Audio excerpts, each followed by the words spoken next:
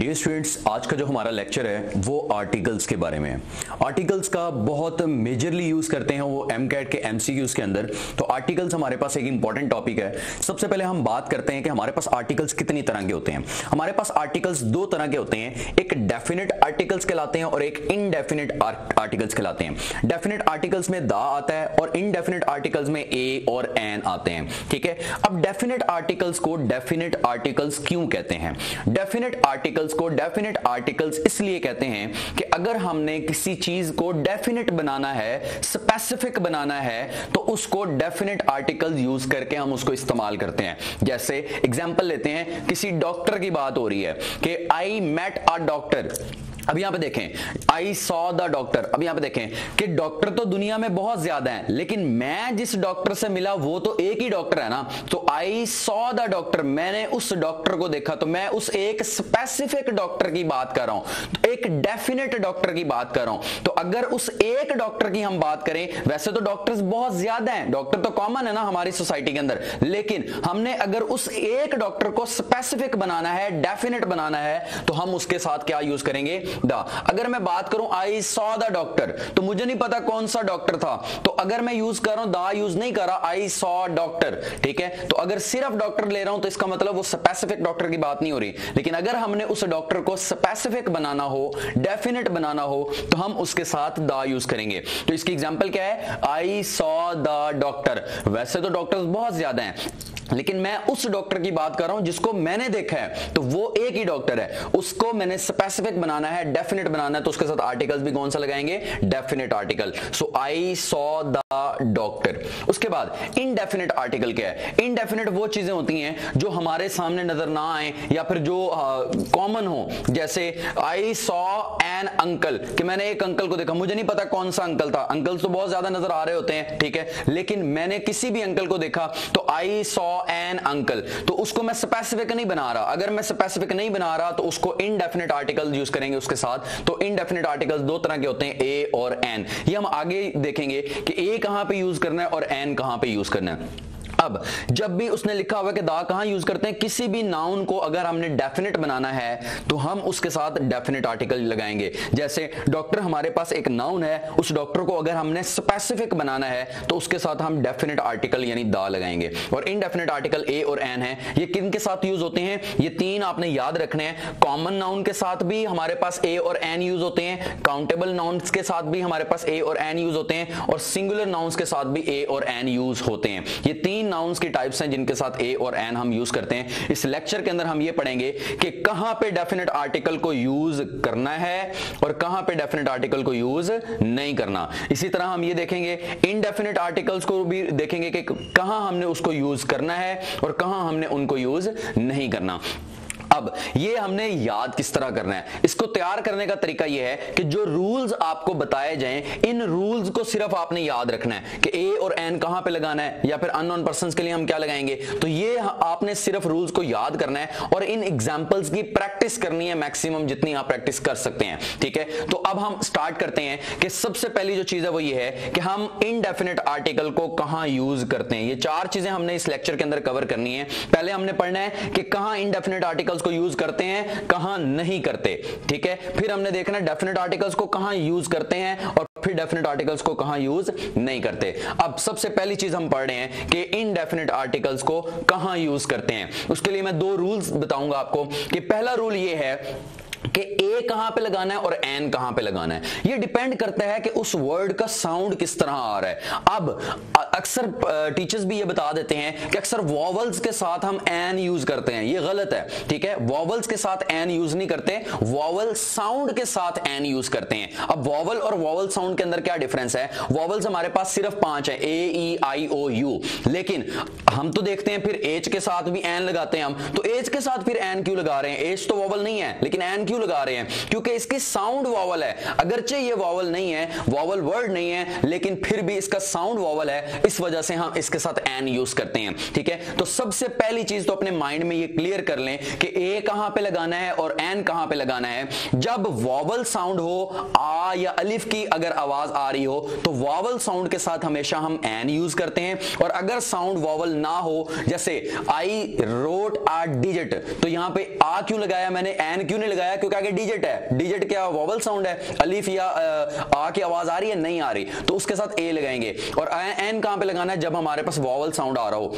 तो सबसे पहली चीज क्लियर होगी हमें कि ए कहां पे लगाना है और एन कहां पे लगाना है। अगर तो वॉवल साउंड आ रहा हो तो हमेशा एन लगाना है, और अगर वॉवल साउंड नहीं आ रहा तो ए लगाना है। जैसे दिस इज डैश एप्पल, अब एप्पल है, एप्पल जो ए है ये वॉवल साउंड दे रहा है, तो इसके साथ हम क्या लगाएंगे? एन। तो ये आपको पता होना चाहिए कि जो वॉवल साउंड दे रहा है उसके साथ क्या लगाएंगे? एन, और अगर वो वॉवल साउंड नहीं दे रहा तो उसके साथ क्या लगाएंगे? ए। तो ये वॉवल साउंड दे रहा है तो इसके साथ एन लगाएंगे। नीचे देखते हैं, he is dash honest man, he is an honest man, क्योंकि ये भी वॉवल साउंड दे रहा है तो इसके साथ भी क्या लगाएंगे? एन लगाएंगे। अब इस एग्जांपल को अगर मैं चेंज करूं, इस एप्पल की जगह अगर मैं यहां पे डिजिट लिख दूं, तो क्या डिजिट का साउंड वॉवल है? अब इसका साउंड वॉवल नहीं है, अब यहां पे हम इसका साउंड वॉवल नहीं है डिजिट का, so this is a digit, अब एन नहीं आएगा। तो ये क्लियर होगी चीज कि अगर वॉवल साउंड हो तो एन लगाएंगे, अगर वॉवल साउंड ना हो तो हम उसके साथ क्या लगाएंगे? ए लगाएंगे। तो ये क्लियर कर लें अपने माइंड में कि वॉवल साउंड जहां भी आ जाए एन लगाना है, और जहां वॉवल साउंड ना हो उसके साथ हमने ए यूज करना है।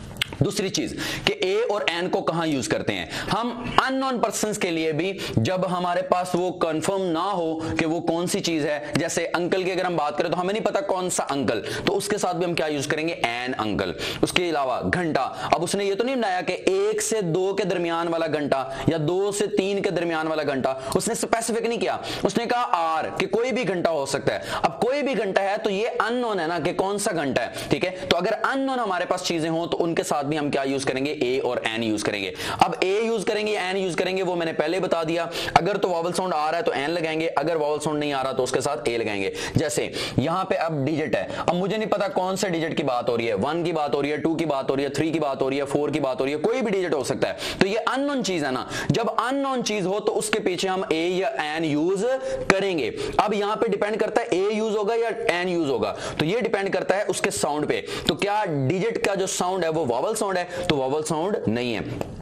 इनका साउंड वॉवल था तो हमने एन लगाया है, डिजिट का साउंड वॉवल नहीं है, अब इधर क्या लगेगा? ए लगेगा। सो आ डिजिट, सो ये एन डिजिट नहीं होगा, ये आ डिजिट होगा, क्योंकि इसका साउंड जो है वो वॉवल साउंड नहीं है। जहां पे वॉवल साउंड है वहां एन लगेगा, जहां पे वॉवल साउंड नहीं है वहां पे हमारे पास ए लगेगा। तो ये सबसे पहले ए और एन कहां पे लगेंगे, एन कहां पे लगेगा वो हमें पता होना चाहिए। जहां वॉवल साउंड आ जाएगा वहां एन यूज करेंगे, और जहां वॉवल साउंड ना आए वहां ए यूज करेंगे। दूसरा, इनको यूज कब करना है? जब भी कोई चीज अननोन हो तो उनके साथ हम ए या एन यूज करेंगे। ये भी डिपेंड करता है कि उसकी साउंड कैसा है। अगर वॉवल है तो एन यूज करेंगे, और अगर वॉवल नहीं है तो हम उसके साथ ए यूज करेंगे। तो हम बात कर रहे थे कि जो हमारे पास इनडेफिनेट आर्टिकल्स होते हैं ए और एन, ये हम कहां पे यूज करते हैं और कहां पे यूज नहीं करते। तो ये इनडेफिनेट आर्टिकल्स का हम यूज देख रहे थे। पहले हम यूजेस के बारे में पढ़ेंगे कि कहां यूज करते हैं, और फिर हम पढ़ेंगे कि कहां इनको यूज नहीं किया जा सकता। सबसे पहले देखते हैं कहां यूज किया जा सकता है। 2 रूल्स हमने पढ़ लिए। तीसरा रूल क्या है? वो कहता है जब ओरिजिनल न्यूमेरिकल सेंस जब हमने यूज करनी है 1 की, तो हम क्या यूज करते हैं? ए या एन यूज करते हैं। ये डिपेंड करता है कि ए और एन कहां यूज करेंगे। एन यूज करेंगे जहां वॉवल साउंड हो। ये तो हमेशा माइंड में रखना है कि सबसे पहले माइंड में ये रखना है कि आर्टिकल आएगा कौन सा, डेफिनेट आएगा या इनडेफिनेट आएगा। ठीक है, अगर तो इनडेफिनेट आएगा तो इनडेफिनेट में कौन सा आएगा? ए आएगा या एन आएगा? ए वहां आएगा जहां वॉवल साउंड नहीं आ रहा, और एन वहां आएगा जहां वॉवल साउंड क्रिएट हो रहा है। अब तीसरा जो हमारे पास पॉइंट है वो ये है कि जहां पे हमने 1 की ओरिजिनल न्यूमेरिकल सेंस को शो करना हो तो वहां हम 1 नहीं लिखते, वहां हम ए यूज कर लेते हैं। जैसे अब मैं यहां पे ये नहीं लिखूंगा I ate one बनाना, ठीक है, तो ये नहीं है। और I took one कैप्सूल, कि अगर मैंने एक कैप्सूल मेडिसिन में एक कैप्सूल लिया है तो मैं ये नहीं कहूंगा I took one कैप्सूल के मैंने एक कैप्सूल लिया है, तो यहां पे वन लिखने की बजाय क्या लिखूंगा, ए यूज कर लूंगा, I took a कैप्सूल। अब यहां मैं एन भी तो लिख सकता था, एन क्यों नहीं लिखा, क्योंकि एन मैं तब लिखता जब आगे वॉवल साउंड क्रिएट हो रहा होता। तो क्या आगे वॉवल साउंड क्रिएट हो रहा है कैप्सूल के साथ, नहीं, कैप्सूल में कहीं भी वॉवल साउंड क्रिएट नहीं हो रहा, इस वजह से उससे पीछे क्या एन नहीं लगेगा बल्कि क्या लगेगा, ए लगेगा। तो हम चीजों के साथ वन यूज नहीं करते, हम क्या यूज करते हैं, ए यूज करते हैं। तो जब भी हमने वन को रिप्लेस करना हो, वन लिखने की बजाय हम क्या लिखते होते हैं, ए लिखते होते हैं। तो अगर आपके पास एमसीक्यू आ जाए आई टुक वन कैप्सूल, तो वो गलत होगा, वन की जगह क्या आना चाहिए, ए आना चाहिए। सो आई टुक अ कैप्सूल। इसी तरह आई एट वन बनाना नहीं आएगा, आई एट आ बनाना, ठीक है। इसी तरह अगर मैं एक और एग्जांपल दूं, आई एट वन एप्पल। अब यहां पे देखें आई एट वन एप्पल है, तो क्या वन लिख सकते हैं, नहीं, सेब एक है और उसने कहा है जब भी वन लिखा हुआ हो तो वन की बजाय हम क्या लिखते होते हैं, ए या एन लिखते होते हैं। अब यहां देखते हैं ए आएगा या एन आएगा, तो एप्पल, एप्पल में वॉवल साउंड आ रहा है, तो यहां वन की जगह ए भी नहीं आएगा, यहां क्या आएगा, एन आएगा, ठीक है। तो सबसे तीसरा रूल जो हमें वो ये चीज बताता है कि सबसे पहले जब भी हम हमारे सेंटेंस के अंदर वन लिखा हो तो हम वन की बजाय ए या एन लिखते हैं। अब ये डिपेंड करता है ए कहां लिखते हैं और एन कहां लिखते हैं। ए वहां लिखेंगे जहां पे हमारे पास वॉवल साउंड क्रिएट ना हो रहा हो, और एन वहां लिखते हैं जहां हमारे पास वॉवल साउंड क्रिएट हो रहा हो। तो ये हमने रिप्लेस करना होता है वन को ए या एन से।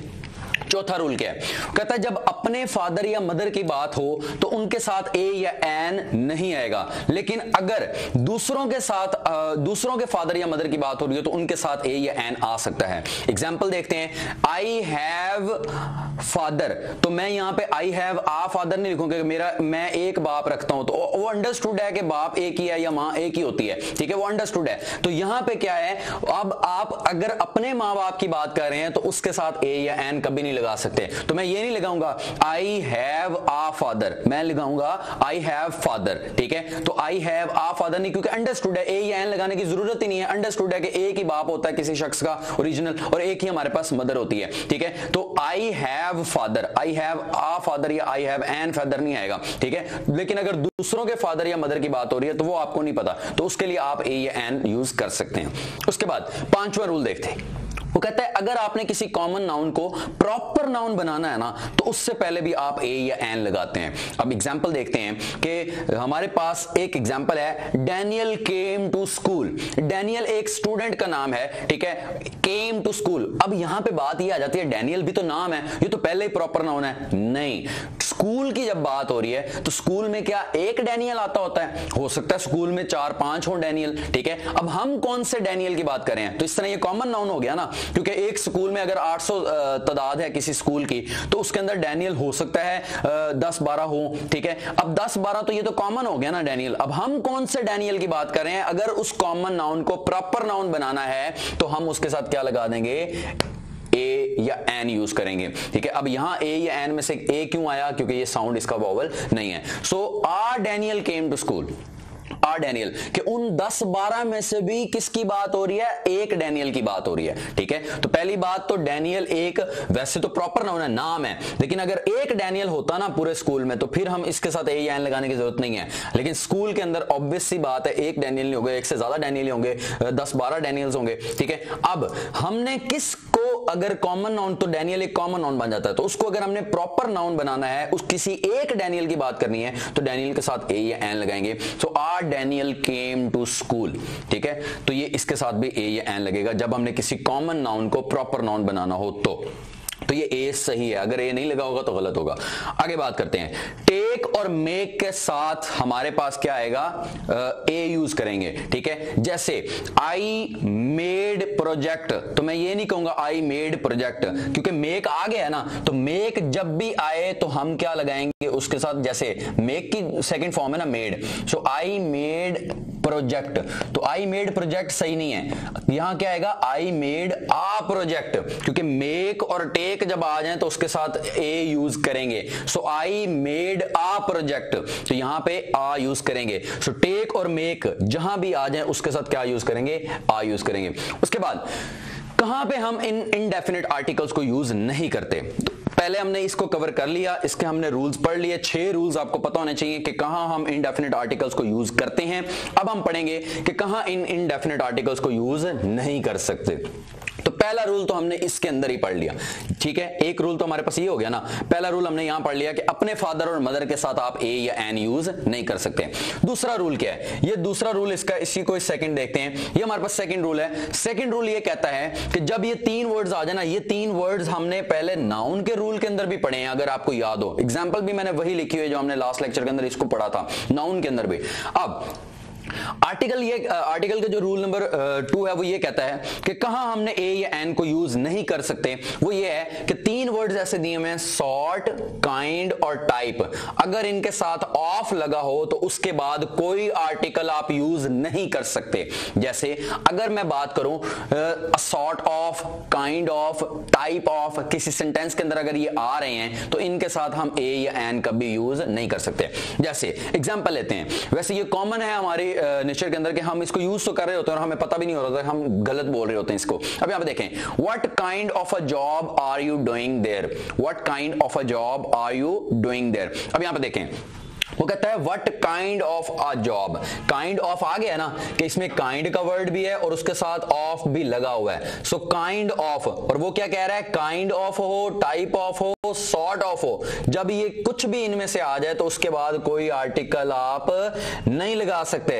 इसका मतलब इसके बाद कोई भी आर्टिकल नहीं आ सकता, ठीक है। तो ये काइंड ऑफ आया हुआ है ना, तो काइंड ऑफ के बाद कोई आर्टिकल यूज नहीं कर सकते, तो इसकी वजह से ए या एन या द हम यूज नहीं करेंगे। तो ये सेंटेंस इस तरह नहीं होगा, what kind of a job are you doing there. यहां पे क्या होगा, what kind of job are you doing there. ये हमारे पास ये इसका बेटर आंसर है कि sort of, kind of, type of जब भी आ जाए तो उनके बाद हम आर्टिकल यूज नहीं करेंगे। तो स्टूडेंट्स, हम बात कर रहे थे आर्टिकल्स के बारे में। आर्टिकल्स हमारे पास 2 तरह के थे, डेफिनेट आर्टिकल्स और इनडेफिनेट आर्टिकल्स। हमने 4 चीजें टोटल पढ़नी थी। डेफिनेट आर्टिकल्स भी कहां यूज होते हैं और कहां यूज नहीं होते, और इनडेफिनेट आर्टिकल्स भी कहां यूज होते हैं और कहां यूज नहीं होते। इनडेफिनेट आर्टिकल्स ए और एन की हमने सारी डिटेल पढ़ ली है कि कौन से ऐसी रूल्स के अकॉर्डिंग कहां पे हमने इनडेफिनेट आर्टिकल्स को यूज करना है, कहां पे यूज नहीं करना। तो इनडेफिनेट आर्टिकल्स की बात तो हमने कर ली। अब हम चलते हैं डेफिनेट आर्टिकल की तरफ। डेफिनेट आर्टिकल एक ही है और वो है द। अब हमने ये पढ़ना है कि डेफिनेट आर्टिकल को कहां पे यूज किया जाता है और कहां पे यूज नहीं किया जा सकता। पहले हम रूल्स देखते हैं कि डेफिनेट आर्टिकल को कहां पे यूज करना चाहिए और किया जाता है। अब इन रूल्स की तरफ हम बढ़ते हैं कि डेफिनेट आर्टिकल को कहां पे यूज किया जाता है।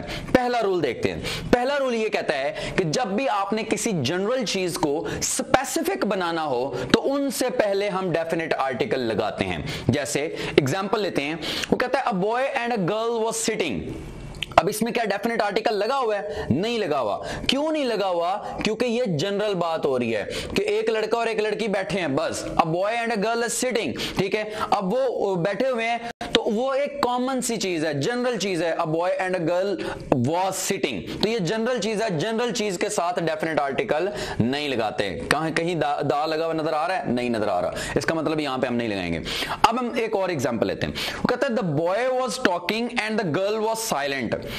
अब उसने स्पेसिफिक कर दिया कि वो जो लड़का और लड़की बैठे थे, लड़का बोल रहा था और लड़की चुप थी। अब ये स्पेसिफिक कर दिया उसने कि लड़का बोल रहा था और लड़की क्या है? चुप बैठी थी। तो यहां पे उसने स्पेसिफिक किया है। सो अब यहां पे क्या आएगा? The boy was talking and the girl was silent. पहले उसने स्पेसिफिक नहीं किया, पहले वो जनरल था कि एक लड़का और एक लड़की बैठे हैं, a boy and a girl was sitting, तो वहां पे हम डेफिनेट आर्टिकल यूज नहीं करते।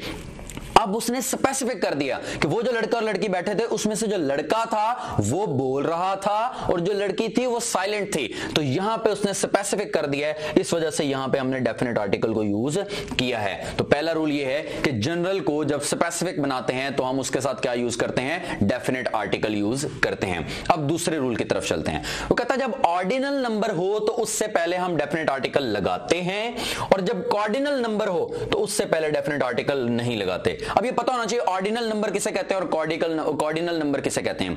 अब ये जो ऑर्डिनल नंबर है ना, जैसे second, third, fourth, fifth, first, इसी तरह सिक्स, सेवंथ, एट्थ ऑनवर्ड, ये जो आते रहते हैं 9, 10 वगैरह, ठीक है, तो ये हमारे पास ऑर्डिनल कहलाते हैं, जिनके साथ डिग्रीज लगी होती हैं, first, second, third, fourth, fifth, six, seventh, eighth, 9, 10th, इनके साथ हमने डेफिनेट आर्टिकल लगाना है। और कॉर्डिनल नंबर्स क्या होते हैं, ये हमारे पास फर्स्ट, सेकंड, थर्ड जो है ना, ये ऑर्डिनल नंबर्स हैं। और कॉर्डिनल नंबर हमारे पास क्या होते हैं, 1, 2, 3, ये हमारे पास कॉर्डिनल नंबर्स होते हैं, ठीक है, तो ये आपको पता होना चाहिए। ऑर्डिनल नंबर्स क्या हैं, फर्स्ट, सेकंड, थर्ड, और कॉर्डिनल नंबर्स क्या हैं, 1, 2, 3। अब वो कहता है जो ऑर्डिनल नंबर्स होते हैं उनसे पहले हमने डेफिनेट आर्टिकल लगाना होता है, ठीक है, और जो कॉर्डिनल नंबर्स होते हैं उनसे पहले हमने डेफिनेट आर्टिकल नहीं लगाना। अब इसकी एग्जांपल देखते हैं। वो कहता है थर्ड वर्ल्ड वॉर, तो थर्ड ऑर्डिनल है या फिर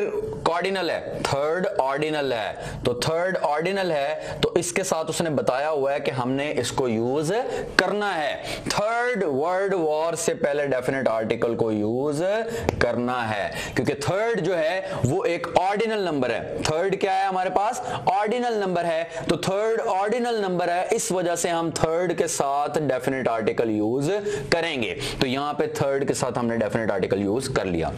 दूसरी एग्जांपल देखते हैं, वर्ल्ड वॉर 3। अब ये 3 जो है ये कौन सा नंबर है, ये कॉर्डिनल नंबर है, और कॉर्डिनल नंबर के साथ डेफिनेट आर्टिकल नहीं लगाते, तो यहां पे हम कहीं पे भी दा यूज नहीं करेंगे, तो ये पता होना चाहिए। तो ऑर्डिनल नंबर से पहले हम दा यूज करेंगे, कॉर्डिनल नंबर यानी 1, 2, 3 से पहले हम उसको दा को यूज नहीं करेंगे।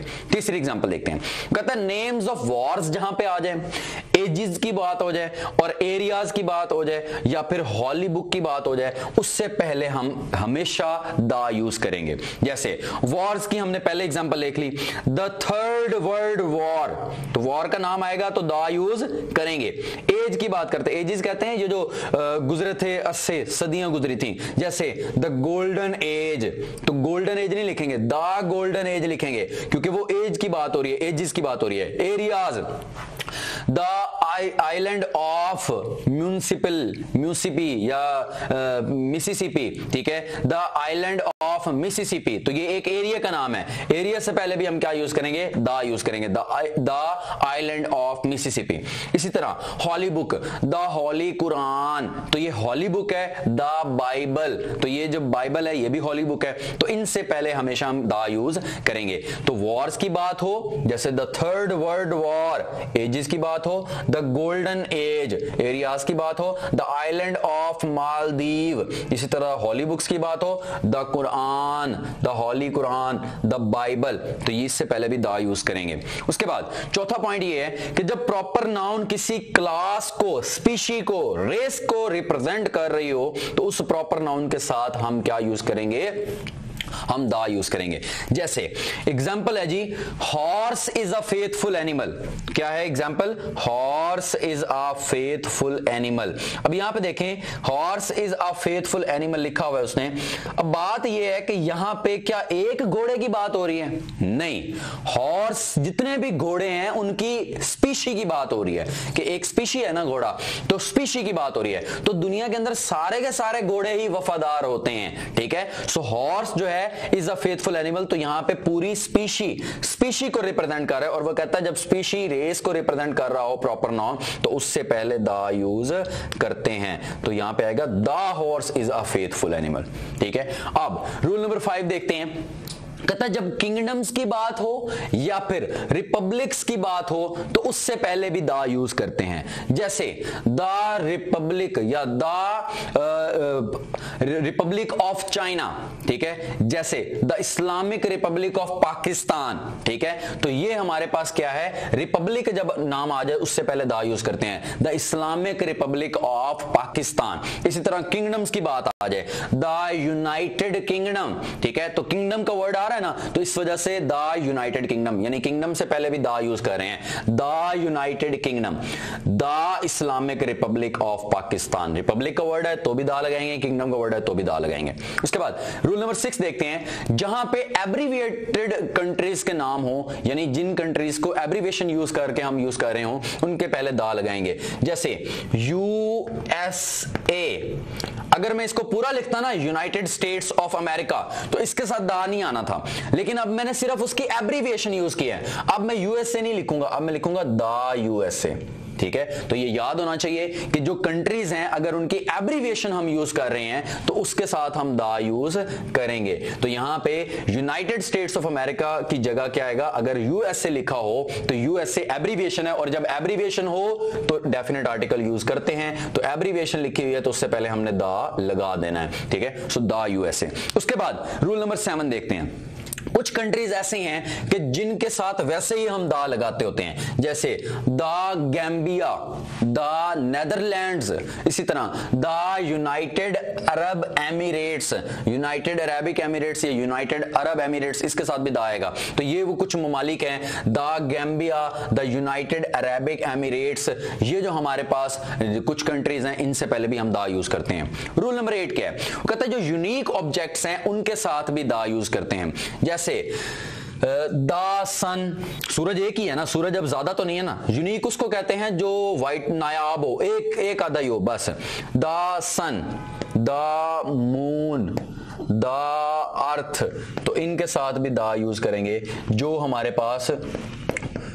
भी हमारे पास यूनिक चीजें होंगी उनके साथ भी हम क्या यूज करेंगे, दा यूज करेंगे। तो यूनिक उसको कहते हैं जो एक आधी हो, तो सूरज भी एक है तो दा सन, दा मून, दा अर्थ, इस तरह। रूल नंबर 9 देखते हैं, वो कहता है बिफोर कंपैरेटिव डिग्री भी आप क्या यूज करते हैं, दा यूज करते हैं, यानी डेफिनेट आर्टिकल यूज करते हैं। अब कंपैरेटिव डिग्री किसे कहते हैं, जो दूसरी डिग्री होती है ना उसको कंपैरेटिव कहते हैं। जैसे अगर मैं एग्जांपल लूं, फास्ट की 3 डिग्रीज कौन सी होंगी, फास्ट, फास्टर, फास्टेस्ट। तो ये जो दूसरी डिग्री है ना, फास्टर, रोस्टर, इसी तरह हायर, कूलर, ये जो चीजें हैं ना जो सेकंड, जिनके आगे ई आर आ रहा होता है, ठीक है, उसको कंपैरेटिव डिग्री कहते हैं, यानी सेकंड डिग्री कहते हैं। और जब भी सेकंड डिग्री हो या कंपैरेटिव डिग्री हो उससे पहले दा लाजमी लगाना है। जैसे higher you go cooler it is, गलत होगा, higher you go cooler it is गलत होगा। क्यों, क्योंकि हायर जो है इसमें ई आर आ रहा है ना, ये सेकंड डिग्री है, तो उसने कहा है कि जहां सेकंड डिग्री आ जाए उससे पहले दा लगाना है। तो अगर दा ना लगा होता तो ये गलत होती, दा ना लगा होता तो ये सेंटेंस क्या होता, गलत होता। तो the higher you go the cooler it is, तो यहां पे हमारे पास अगर दा ना लगा होता तो ये सेंटेंस गलत होता। क्यों, क्योंकि ये भी कंपैरेटिव डिग्री है, ये भी कंपैरेटिव डिग्री है, और उसने कहा कि जब दूसरी डिग्री आ जाए या कंपैरेटिव डिग्री आ जाए तो उससे पहले दा लाजमी लगाना है। तो बेटर सेंटेंस या करेक्ट सेंटेंस क्या है, the higher you go the cooler it is. तो ये हमारे पास सेंटेंस है कि जब भी कंपैरेटिव डिग्री है उससे पहले हमने क्या लगाना होता है, डेफिनेट आर्टिकल लाजमी लगाना होता है। The higher you go the cooler it is, यानी जैसे जैसे हम ऊपर जाते हैं इलाका ठंडा होता जाता है। डियर स्टूडेंट्स, हम बात कर रहे थे आर्टिकल्स की। आर्टिकल में हम डेफिनेट आर्टिकल की बात कर रहे थे। डेफिनेट आर्टिकल दा को कहते हैं, ये कहां पे यूज होता है और कहां पे यूज नहीं करना चाहिए।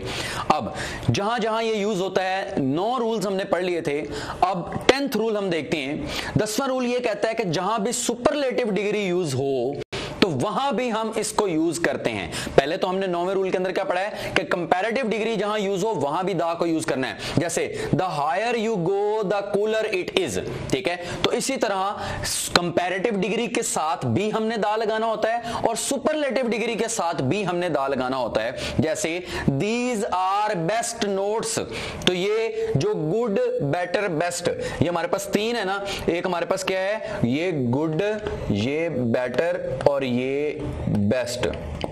अब यहां पे देखें, उसने कहा है कि इसके साथ दा नहीं लगाना, कि अगर मैं कहूं ना दीज आर गुड नोट्स तो वो ठीक है, दीज आर दा गुड नोट्स नहीं आएगा, ठीक है। अब इसके साथ नहीं लगाते, कंपैरेटिव डिग्री के साथ भी हम दा यूज करते हैं और सुपरलेटिव डिग्री के साथ भी हम दा यूज करते हैं। तो कंपैरेटिव डिग्री से पहले भी हम डेफिनेट आर्टिकल लगाएंगे और सुपरलेटिव डिग्री के साथ भी लगाएंगे। तो ये बेस्ट कौन सी डिग्री है, सुपरलेटिव डिग्री, यानी 3rd डिग्री है, इससे पहले भी हम दा यूज करेंगे। तो कंपैरेटिव डिग्री के साथ भी दा यूज किया जाता है दूसरी डिग्री के साथ, और 3rd यानी सुपरलेटिव डिग्री के साथ भी दा यूज किया जाता है। आगे रूल नंबर 11 देखते हैं। रूल नंबर 11 ये कहता है जहां भी शिप्स का नाम हो, प्लेन्स का नाम हो, ओशंस का नाम हो, सीज का नाम हो, रिवर्स का नाम हो, म्यूजिकल इंस्ट्रूमेंट्स का नाम हो, लेक्स का नाम हो, प्लूरल कंट्रीज का नाम हो, लेक्स का नाम हो, या फिर हमारे पास सेंचुरीज का नाम हो, तो यहां पे हम क्या करते हैं, दा को यूज करते हैं। एग्जाम्पल लेते हैं, वो कहता है शिप्स, जैसे टाइटैनिक एक शिप का नाम है, तो उसको टाइटैनिक नहीं लिखेंगे, क्या लिखेंगे, द टाइटैनिक। तो शिप के साथ भी दा लगाना है, द टाइटैनिक। प्लेन्स की बात करते हैं, कॉन्कॉर्ड एक प्लेन का नाम है, तो उसके साथ भी दा लगाएंगे, the Concord.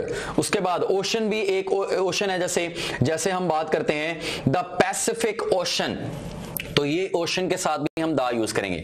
Seize, the black सी, ठीक है, तो उसके साथ भी हम दा लगाते हैं। द अरेबियन सी, बहिरा अरब जो है, द अरेबियन सी, उसके साथ भी हम दा यूज करेंगे। रिवर्स, द रावी रिवर, के दरियाए रावी जो है उसके साथ भी दा यूज करेंगे, द रावी रिवर, तो रिवर्स के नाम के साथ भी दा आता है। म्यूजिकल इंस्ट्रूमेंट्स जैसे फ्लूट, बांसुरी जो है, ठीक है, उसके साथ भी दा लगाएंगे, द फ्लूट। लेक की बात करें, द ग्रेट लेक, एक लेक है अमेरिका के अंदर, ठीक है, सो द ग्रेट लेक। उसके बाद प्लूरल कंट्रीज, उनके साथ भी दा लगता है, जैसे यूनाइटेड स्टेट्स, तो उसके साथ आएगा द यूनाइटेड स्टेट्स, क्योंकि ये प्लूरल कंट्रीज हैं। एक्चुअली अमेरिका एक मुल्क नहीं है, अमेरिका के अंदर बहुत ज्यादा मुल्क मिले हुए हैं, तो प्लूरल कंट्री का नाम है अमेरिका, तो इस वजह से द यूनाइटेड स्टेट्स। उसके बाद सेंचुरीज का नाम जब है, the 21st century, the 22nd century, the 20th century, the 19th century, तो सेंचुरी का भी जब नाम आए तो उसके साथ भी दा यूज करते हैं। तो बच्चों यहां तक हमने ये पढ़ा कि हमारे पास जितनी भी ये चीजें हैं, इन रूल्स के अंदर हमने ये पढ़ा कि कहां कहां हमने डेफिनेट आर्टिकल को यूज करना है लाजमी। अब हमने आगे ये पढ़ना है कि कहां हम इसको यूज नहीं कर सकते। तो अब हमने ये पढ़ना है कि कहां हम डेफिनेट आर्टिकल को यूज नहीं कर सकते, ठीक है। तो सबसे पहले एग्जांपल तो ये है, जब भी यूनिवर्सल ट्रुथ की बात हो तो उसके पहले डेफिनेट आर्टिकल या दा यूज नहीं करते। जैसे द मैन इज मॉर्टल, गलत है, क्योंकि मैन इज मॉर्टल यानी इंसान फानी है, ये एक यूनिवर्सल ट्रुथ है, हर इंसान ने मर जाना है, ठीक है। सो द मैन इज मॉर्टल गलत है, क्योंकि यूनिवर्सल ट्रुथ के साथ आप दा यूज नहीं कर सकते। सो द मैन इज मॉर्टल नहीं आएगा, बल्कि क्या आएगा, मैन इज मॉर्टल। तो जो यूनिवर्सल ट्रुथ है उसके साथ कभी भी दा यूज नहीं करते। दूसरी एग्जांपल देखते हैं। दूसरा रूल ये कहता है, जब भी प्रॉपर नाउन हो, मटेरियल नाउन हो या फिर एब्स्ट्रैक्ट नाउन हो, इन तीनों नाउन्स के साथ हम दा यूज या डेफिनेट आर्टिकल यूज नहीं करते, ठीक है। तीनों के साथ हम डेफिनेट आर्टिकल या फिर दा यूज नहीं करेंगे। प्रॉपर नाउन की एग्जांपल लेते हैं। प्रॉपर नाउन है हमारे पास आ जाता है लाहौर, ठीक है, तो ये प्रॉपर नाउन हमारे पास क्या आ गया, लाहौर। उसके बाद मटेरियल नाउन हमारे पास क्या आ गया, गोल्ड, सिल्वर, ठीक है। एब्स्ट्रैक्ट क्या आ गया हमारे पास, लव, हेट, एडवाइस, तो ये एब्स्ट्रैक्ट नाउन है। अब यहां पे देखें, इन तीनों के साथ हम दा या डेफिनेट आर्टिकल यूज नहीं कर सकते। पहले एग्जांपल लेते हैं, Lahore is situated in Punjab, ये नहीं कहेंगे the Lahore is situated in Punjab, क्योंकि लाहौर प्रॉपर नाउन है, उसके साथ दा लगाने की जरूरत नहीं है, वो ऑलरेडी प्रॉपर है, ठीक है। So Lahore is situated in Punjab. उसके बाद मटेरियल की बात करते हैं, gold is a precious metal, तो ये नहीं लिखेंगे the gold is a precious metal, the gold नहीं आएगा, बल्कि क्या आएगा, gold is a precious metal. तो मटेरियल नाउन के साथ भी द नहीं लगाते, तो द गोल्ड नहीं आएगा, gold is a precious metal आएगा। उसके बाद एब्स्ट्रैक्ट नाउन के साथ भी कभी भी हम द यूज नहीं करते। जैसे the love is essential for life, ठीक है। So the love is essential for life नहीं आएगा, बल्कि love is essential for life आएगा। उसके बाद तीसरा रूल देखते हैं कि इनके साथ भी हम दा यूज नहीं कर सकते। लैंग्वेजेस के साथ कभी दा यूज नहीं कर सकते, रिलेशंस के साथ कभी दा यूज नहीं कर सकते। लैंग्वेजेस की बात करते हैं, Urdu is our national language. अगर इस सेंटेंस को मैं इस तरह लिखूं, the Urdu is our national language, तो ये गलत होगा, द उर्दू नहीं आ सकता, क्योंकि लैंग्वेज के साथ दा नहीं लगा सकते हैं। So the Urdu is our national language नहीं आएगा, बल्कि क्या आएगा, Urdu is our national language. इसी तरह रिलेशंस की जब बात हो, father gave me pen, father gave me a pen, तो इसमें अगर मैं कहूं the father gave me a pen, तो रिलेशन है ना फादर के साथ, तो द फादर नहीं आएगा क्योंकि रिलेशन के साथ भी दा नहीं आता। The father gave me pen गलत होगा, father gave me a pen सही है। उसके बाद बिल्डिंग की बात करें तो बिल्डिंग के साथ भी कभी दा नहीं आता। जैसे I go to the school every day, तो स्कूल एक बिल्डिंग होती है ना, स्कूल क्या है, बिल्डिंग ही है ना जिसमें आप जाते हैं, ठीक है। So I go to the school every day, तो द स्कूल नहीं आएगा बल्कि क्या आएगा, सिर्फ स्कूल आएगा। I go to school every day, तो I go to the school every day नहीं आएगा बल्कि I go to school every day. उसके बाद नेम्स ऑफ रिलेशंस, ये हमने पहले भी बात कर ली, दोबारा देखते हैं। फादर, मदर, सिस्टर, ब्रदर, ये जो रिलेशंस होते हैं इनके साथ भी दा यूज नहीं करते। जैसे the father gave me a pen नहीं होगा बल्कि father gave me a pen होगा। उसके बाद पोजीशन हो, ऑफिस हो या फिर डेजिग्नेशन हो, उसके साथ भी कभी भी दा यूज नहीं करेंगे। जैसे he is elected as the president, अब यहां पे देखें ये जो प्रेसिडेंट है ये ओहदा है ना, डेजिग्नेशन है, और डेजिग्नेशन जहां आए उससे पहले दा यूज नहीं करेंगे, तो डेजिग्नेशन से पहले ये वाला दा यूज नहीं कर सकते। He is elected as president आएगा, he is elected as the president नहीं आएगा। तो ये हमारा आर्टिकल का टॉपिक था। सबसे पहले दो तरह के आर्टिकल्स हमने पढ़े, डेफिनेट आर्टिकल्स और इनडेफिनेट। डेफिनेट में डी आ रहा है तो दा आपको याद रखना है कि डेफिनेट दी है, दा डेफिनेट, ठीक है। सो दा और डेफिनेट दोनों डी से स्टार्ट होते हैं, तो इस वजह से हमारे पास डेफिनेट दा है। और इनडेफिनेट क्या है, ए और एन। ए और एन यानी डेफिनेट, सबसे पहले हमने इनडेफिनेट आर्टिकल्स की बात की कि इनडेफिनेट आर्टिकल्स कहां यूज होते हैं और कहां यूज नहीं होते, ठीक है। अब ए लगेगा या एन लगेगा ये किस चीज पर डिपेंड करता है, ये साउंड पे डिपेंड करता है। अगर वॉवल साउंड होगा तो एन लगेगा, अगर वॉवल साउंड नहीं है तो ए लगेगा। उसके बाद हम डेफिनेट आर्टिकल की बात करते हैं, तो डेफिनेट आर्टिकल के हमने रूल्स पढ़े, कहां यूज हो सकता है डेफिनेट आर्टिकल और कहां यूज नहीं होता, इसके हमने रूल्स पढ़े। तो 11 रूल्स हमने पढ़े कि हमारे पास कहां कहां हम डेफिनेट आर्टिकल को यूज करते हैं, और उसके बाद हमने 6 रूल्स ऐसे पढ़े हैं, ये आपने याद रखने हैं, जहां हम डेफिनेट आर्टिकल यूज नहीं कर सकते, यूनिवर्सल ट्रूथ के साथ नहीं कर सकते, प्रॉपर मटेरियल एब्स्ट्रैक्ट नाउन के साथ नहीं कर सकते, लैंग्वेजेस के साथ नहीं कर सकते, बिल्डिंग के नाम के साथ नहीं कर सकते, नेम्स ऑफ रिलेशंस के साथ नहीं कर सकते, पोजीशंस, ऑफिस, डेजिग्नेशन जो ओहदा होता है उसके साथ भी हम इसको नहीं कर सकते, ठीक है। सो ये हमारा आर्टिकल का लेक्चर था। नेक्स्ट लेक्चर में हम एडजेक्टिव पे बात करेंगे। That's all from today's lecture. Thank you.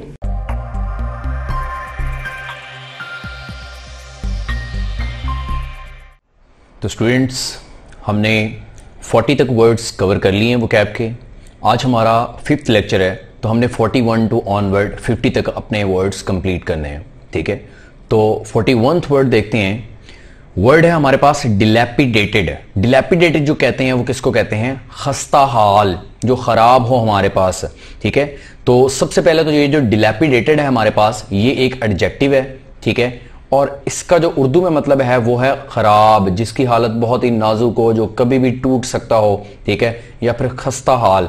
जैसे आपको ये डायग्राम दिखाई गई है, इस डायग्राम में आप देख सकते हैं कि ये जो घर है ये टूटा फूटा हुआ है, रहने के काबिल नहीं है, ठीक है। जैसे थोड़ा सा भी झटका लगा ये गिर सकता है, तो ये रहने के काबिल नहीं है, ठीक है। इसके सिनोनिम्स की तरफ चलें तो decrepit, run down, derelict, ramshackle, tumble down, broken down, wrecked, destroyed, shabby, decaying।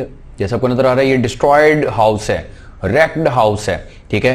Decaying है, डिके होता जा रहा है, ठीक है, लकड़ी बिल्कुल खराब होती जा रही है।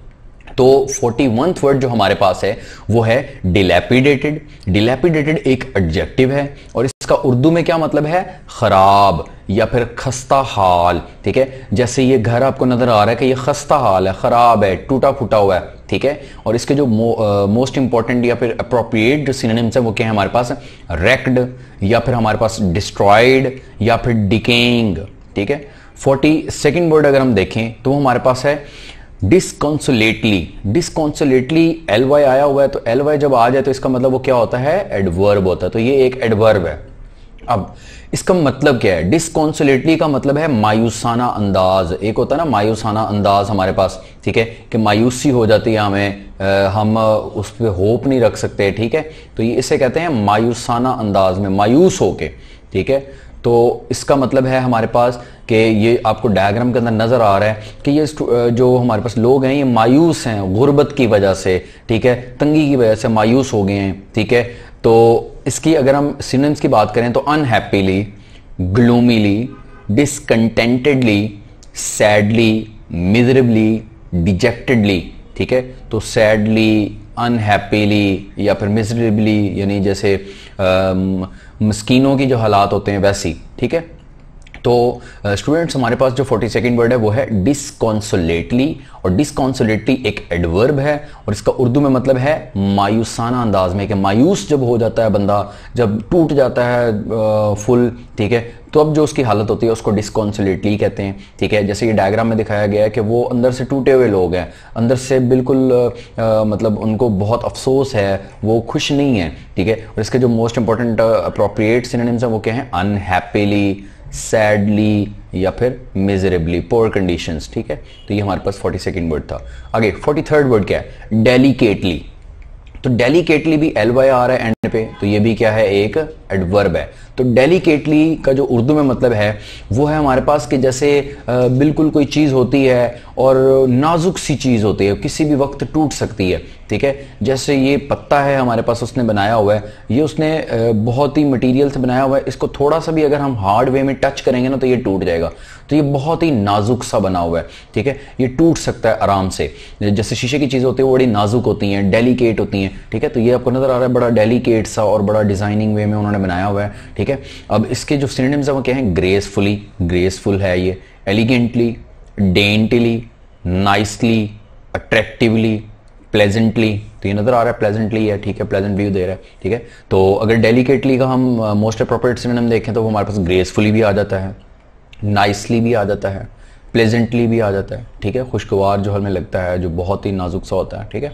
तो 43rd वर्ड जो है हमारे पास वो क्या है? डेलिकेटली, LY आ रहा है तो ये क्या है? एडवर्ब है। इसका उर्दू में मतलब क्या है? नाजुक सा, ठीक है। तो ये पत्ता उसने बनाया हुआ है शीशे से, तो ये नाजुक सा है, लीव की एक शेप बनी हुई है, तो थोड़ा सा भी इसको हिलाएंगे तो ये टूट जाएगा, तो इतना नाजुक है, ठीक है। तो अप्रोप्रिएट सिनोनिम्स क्या हैं? ग्रेसफुली, नाइसली, प्लेजेंटली, ठीक है।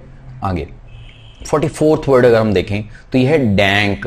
डैंक जो है ये हमारे पास एक एडजेक्टिव है, ठीक है। डैंक भी भूल जाता है इसका मतलब, तो डैंक का उर्दू में मतलब है गीला, ठीक है, मरतूब, पुरनम, ठीक है।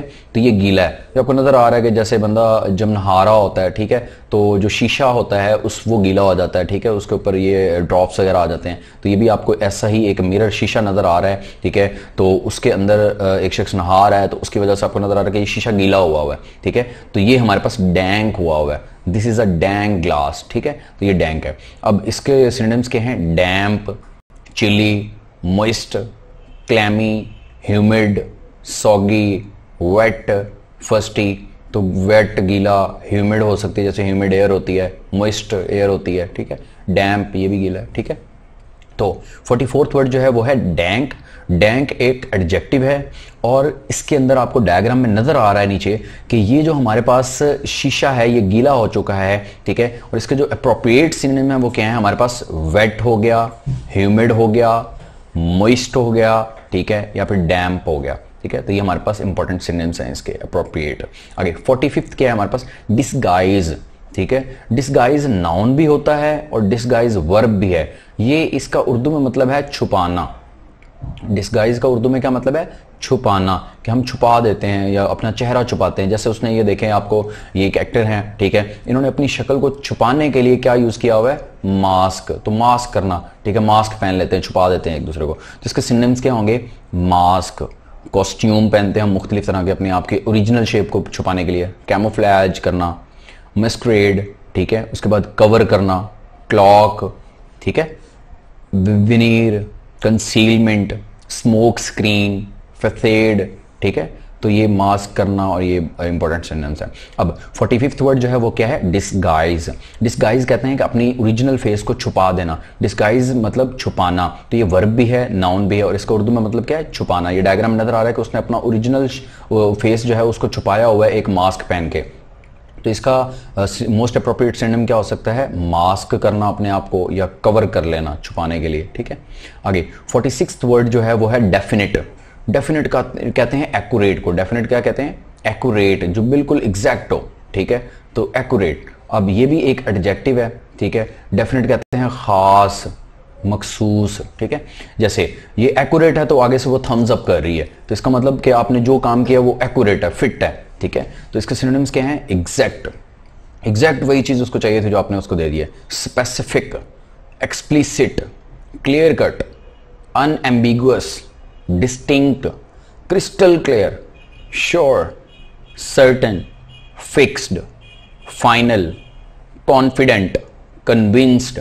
ठीक है, स्पेसिफिक इसका बन सकता है डिस्टिंक्ट, ठीक है, या फिर सर्टन, सर्टन जो खास होता है। ठीक है, तो हमारे पास 46 वर्ड है डेफिनेट। डेफिनेट का मतलब होता है, डेफिनेट एक एडजेक्टिव है, डेफिनेट का मतलब होता है खास, एग्जैक्ट, एक्यूरेट, कि एक्यूरेट चीज है, और एक्यूरेट भी इसका बहुत इंपॉर्टेंट सिनोनिम है। ठीक है, और जो इसके मोस्ट अप्रोप्रिएट सिनोनिम्स क्या हैं वो क्या है, एग्जैक्ट, स्पेसिफिक, एक्यूरेट और सर्टन, ये इसके इंपॉर्टेंट सिनोनिम्स हैं। 47th वर्ड देखते हैं। 47th वर्ड है हमारे पास इंचेंटेड। इंचेंटेड भी हमारे पास क्या है, एक एडजेक्टिव है, और इंचेंटेड का उर्दू में मतलब है जादुई सा, जादू वाला।